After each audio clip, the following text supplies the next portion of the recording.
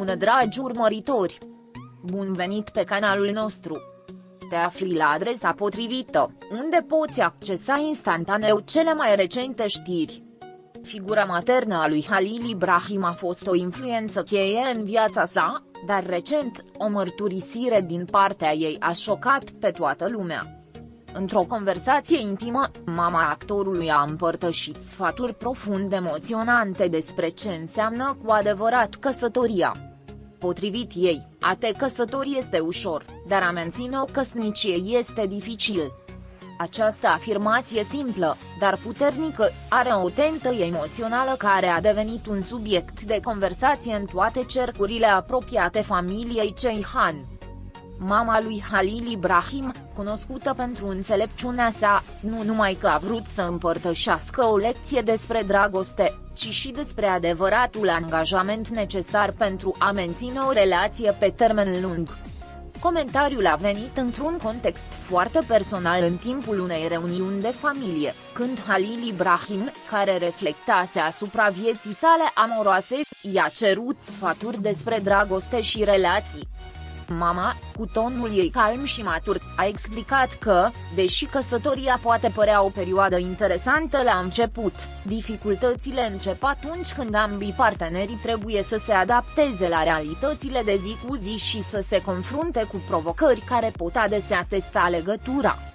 Pentru ea, căsătoria nu este doar o uniune a două persoane, ci munca constantă a doi indivizi care trebuie să continue să se aleagă reciproc zi de zi. Halil Ibrahim, vizibil afectat de aceste cuvinte, a început să se gândească la propria sa relație cu viața și cu dragostea. Deși nu fusese niciodată un bărbat care să caute imediat căsătoria, comentariul mamei sale l-a făcut să se întrebe ce înseamnă cu adevărat să fii cu cineva pentru totdeauna. Știa că dragostea singură nu este suficientă pentru a face o relație să funcționeze.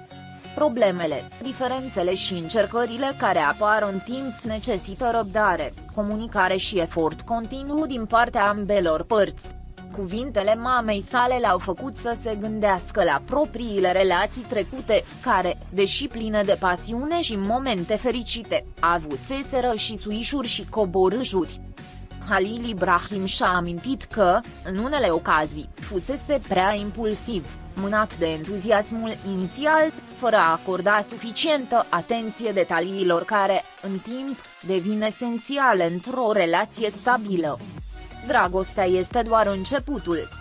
Ceea ce urmează este construirea zilnică a respectului, înțelegerii și sprijinului reciproc, se gândea Halil Ibrahim în timp ce reflecta la ceea ce este cu adevărat necesar pentru a menține o relație de lungă durată.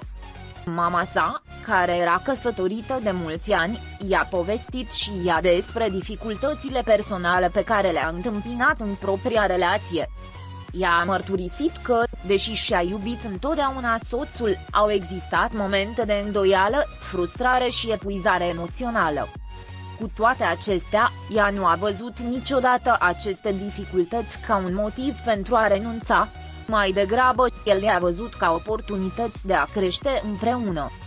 În opinia sa, căsătoria nu este o destinație finală, ci o călătorie care implică învățarea, iertarea și evoluția constantă alături de partener. Sfatul mamei lui Halil Ibrahim a rezonat cu el zile întregi. A început să vadă căsătoria diferit, ca un angajament constant între două persoane care decid să meargă împreună, confruntându-se nu doar cu momentele fericite, ci și cu provocările pe care le prezintă viața. Și-a dat seama că dragostea, deși necesară, nu este singura temelie solidă pe care se construiește o căsnicie. Perseverența, comunicarea și capacitatea de adaptare la schimbare sunt esențiale pentru ca o relație să dureze.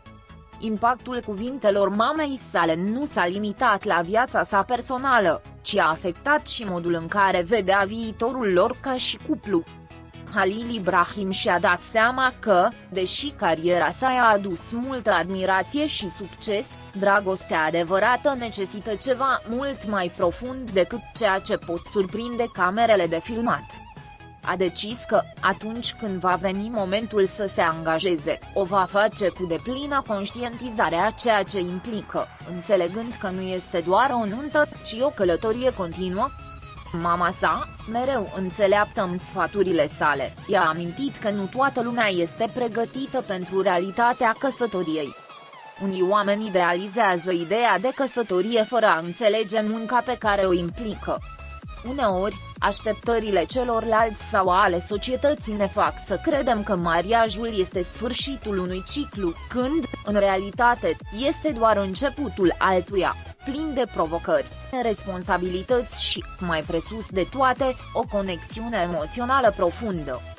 Halil Ibrahim, care fusese foarte discret în privința relațiilor sale romantice, a început să simtă că adevărul din spatele cuvintelor mamei sale era universal.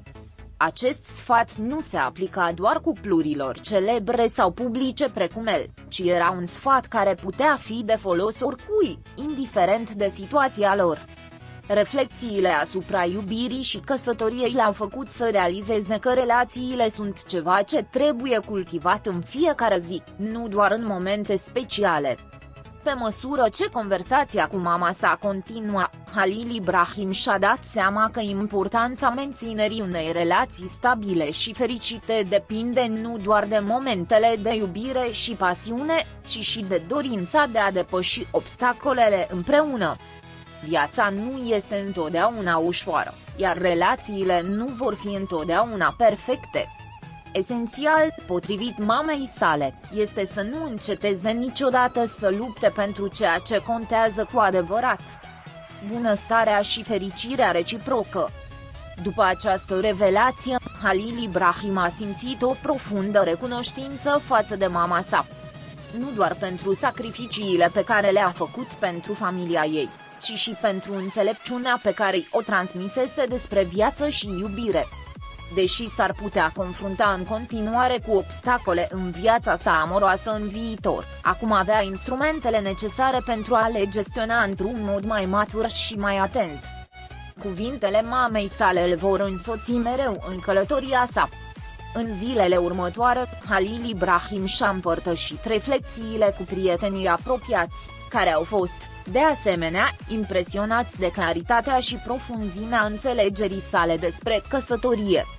Unii dintre ei, care se aflau și ei în relații serioase, au fost inspirați să-și asume propriile angajamente cu o perspectivă mai realistă și mai atentă. Impactul acelei conversații private nu numai că a schimbat perspectiva lui Halil Ibrahim, ci și pe cea a celor care i-au auzit povestea.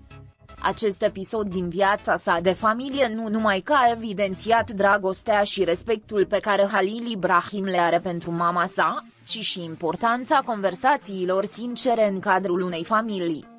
Lecțiile pe care le-a învățat nu se referă doar la ce implică căsătoria, ci și la modul de a menține echilibrul în orice relație.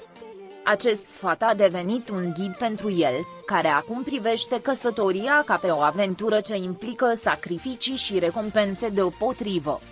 În zilele care au urmat, Halil Ibrahim s-a simțit mai pregătit ca niciodată să înfrunte orice ar urma în viața sa personală.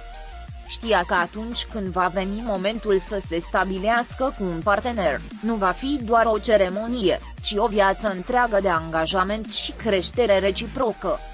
Conversația cu mama sa îl transformase într-un mod subtil, dar puternic, iar acum înțelegea că dragostea adevărată este mult mai mult decât un simplu sentiment, este un act de dăruire continuă.